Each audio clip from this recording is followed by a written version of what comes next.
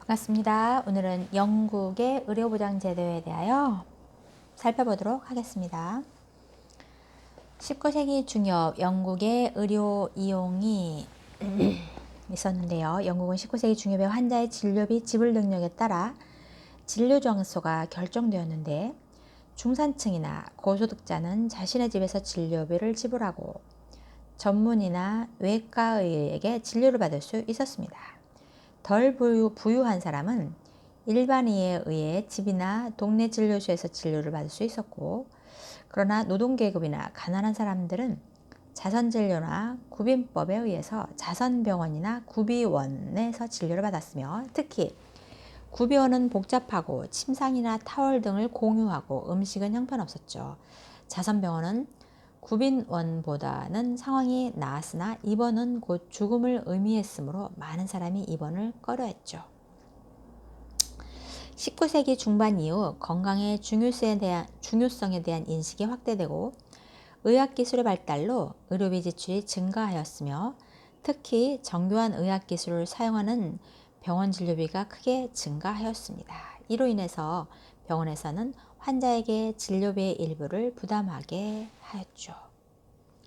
이런 이유로 영국에서는 먼저 국민건강보험이 생겼으며, 환자가 진료비 일부를 부담하게 되는 상황이 되었습니다. 그러나 서비스의 질이 낮았고, 환자가 우회조합이나 메디컬 클럽에 가입하지 못할 경우 복잡한 병원 외래를 이용할 수밖에 없고, 적용 대상의 측면에서 일부 직종의 노동자만 포함하고 부양가족을 적용 대상에서 제외함으로써 국민의 일부만 혜택을 볼 수 있었습니다. 또한 만성질환을 앓고 있는 사람의 가입을 강제하지 못하여 보호가 필요한 사람이 적용에서 제외되는 경우 등 여러 가지 문제점들이 많아지면서 국가보건의료 서비스가 생기게 되었습니다. 영국의 국민보건서비스 즉 NHS인데요.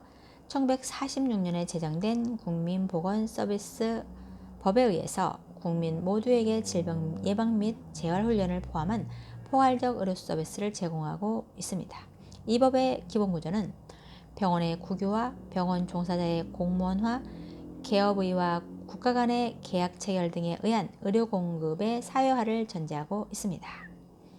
영국 국가보건서비스 제도는 영국에 거주하는 주민들은 대부분 의료 서비스 비용을 무료로 이용할 수 있는 것이 특징이며, 상호 협정을 맺은 외국인과 EU 유럽 국가들의 영국 거주자들도 거의 의료비를 지불하지 않고 진료를 받을 자격이 주어진 것이죠.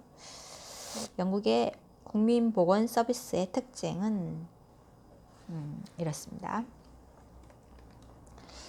보건 의료 서비스 공급이 국영이며 경비의 대부분은 국고에서 조달하고 전 국민을 대상으로 하며 원칙적으로 무료 서비스가 제공되며, 예방, 치료, 재활 훈련 등을 포함한 포괄적 의료 보장 제도로 구성되었습니다. 그리고 국가가 의료를 계획적이고 평등하게 제공하기 위해 공급 측면의 제약을 두었죠.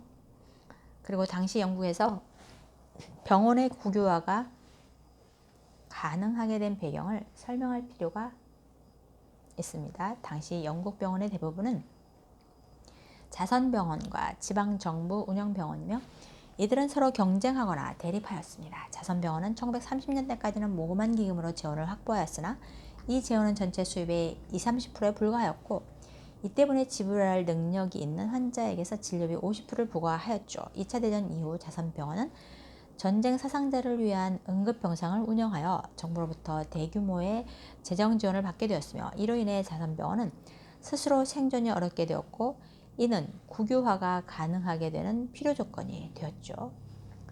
1938년 2차 세계대전을 앞두고 전국적인 병원 조소가 이루어졌고, 이때 당시에 산만한 병원 체계로는 전쟁으로 인한 의료 요구에 대응할 수 없다는 결론에 이르러 국가에 의해 전국적인 응급 의료망이 구축되었으며, 국유화 안에 지방병원과 자선병원이 모두 포함되었습니다.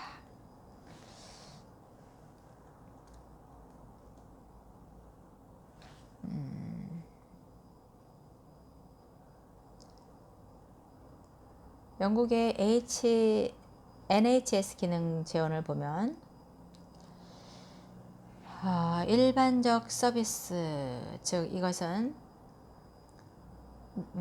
독립적 제약자인 일반 치과의 약제 서비스 등으로 구분되는데, 일반의는 월급제가 아닌 인두제, 즉 사람의 머릿수로 진료비를 보상받으며 어떤 지역에서나 개원을 할 수 있었고, 모든 국민은 일반인의 진료를 무료로 받을 수 있었습니다. 그러나 2009년에 치과 비용은 일부 제외되어 의료비를 일부 부담하게 되었으나 65세 이상 16세 미만 아동은 면제되었죠.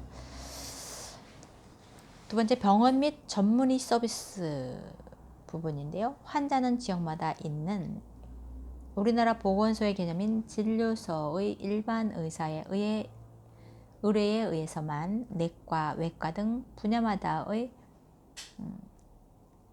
분야별 의사에 의해서 병원 서비스를 받을 수 있으며, 모든 병원 서비스는 무상입니다.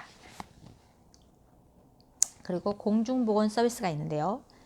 지방보건당국은 보자보건, 조산서비스, 가정방문, 가정간호, 가정지원사업, 예방접종 등의 서비스를 무상으로 환자에게 제공하고 있습니다. 그리고 관리 운영 체계를 살펴보면 중앙정부 조직, 즉 공공재원에 의한 의료서비스에 대한 책무는 보건부 장관에 있습니다. 그리고 중앙정부의 보건의료에 대한 책무는 보건부가 일차적으로 가지며, 보건부는 중앙정부의 기구로 NHS 공중보건 성인에 대한 사회서비스와 기타 관련 서비스에 대한 정책 수립에 대한 책임이 있는 것이죠. 재무부는 공공의료에 대한 예산규모 설정 과정의 영향을 통하여 중요한 역할을 하게 됩니다. 중앙정부 수준에서는 보건부가 의료의 표준을 모니터링하고 일련의 정부나 독립적인 기구에 의하여 의료체계를 규제하고 있습니다. 이들 중 가장 중요한 기구들은 다음과 같죠. 진료의 질을 평가하는 질위원회 조정, 건강보호기구인 Health Protection Agency, 이런 건강과 특별진료기구, National Institute for Health and Clinical Excellence, 즉 NICE 등이 있습니다. NICE는 건강증진과 질병의 예방에 필요한 전국 지침을 제공하기 위해 만들어진 독립적 조직입니다. 또 지방조직을 살펴보면, 지방조직은 보건부와 해당 권역의 행정당국과 협력을 강화하기 위해 지방정부 수준에서 해당 권역 내의 하부 지역의 서비스 질을 보장하기 위해 10개의 전략적 보건당국이 있습니다.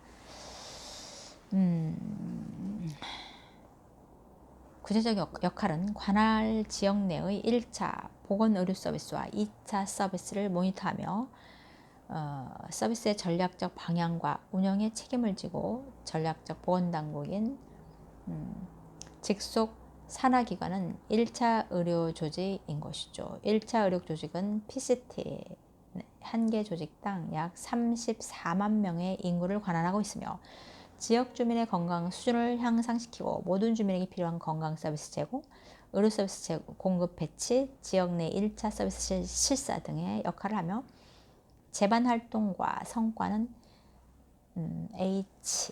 SHA에 의하여 모니터링되며 보건부 장관의 그 책임이 있다 하겠습니다. 그리고 의료 서비스를 보면, 영국의 의료 서비스는 1차 서비스와 2차 서비스로 구분되는데, 1차 서비스는 일상적이고 가벼운 상처나 질병의 진단과 치료뿐 아니라 예방접종이나 금연보조와 같은 보건정책도 포함합니다. 모든 NHS 접근의 약 90%는 1차 서비스에서 이루어진다 보다 전문적인 진단 및 치료를 요하는 환자는 2차 서비스로 의뢰되고 있습니다.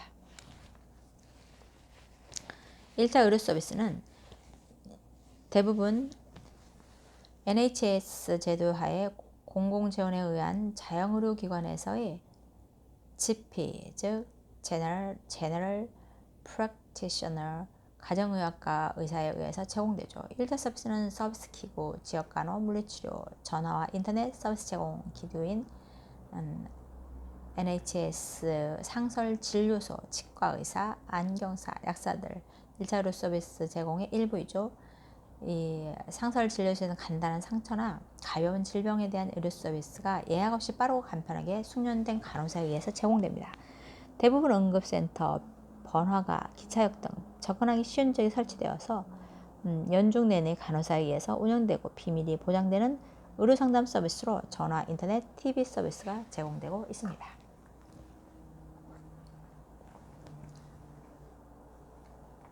2차 의료 서비스는 공공재원의 2차 의료 서비스는 트러스트라고 알려진 정부 소유 병원에서 근무하고 있는 봉급제의 전문 의사와 간호사, 심리학자, 작업치료사, 언어치료, 물리치료사나 방사선과 같은 의료 전문가들 및 메이저 IT 전문가 등 관련 인력이 고용되어 있습니다. 2차 의료 서비스 기관은 종합병원이지만 일부는 특정 질병에 대한 전문 병원도 포함됩니다. 의료 서비스 앰뷸런스 트러스트, 수발보호 트러스트, 정신보건 트러스트 등이 있죠. 2차 의료 서비스는 응급의료 서비스와 일반 의료부터 의뢰된 환자를 대상으로 합니다. 입원과 외래 등 모든 서비스는 무료이고요. 응급 서비스는 말 그대로 응급 환자에 대한 서비스를 제공합니다. 앰뷸런스 트러스트는 응급환자 999, 환자 이송, 병원, 근무 시간 외에 응급 상황 등에 대응하기 위한 조직입니다. 다음은 일본의 의료보장 제도를 살펴보겠는데요. 일본 의료보장 제도는 다음 강의에서 이어가도록 하겠습니다. 오늘 강의는 여기까지입니다. 감사합니다.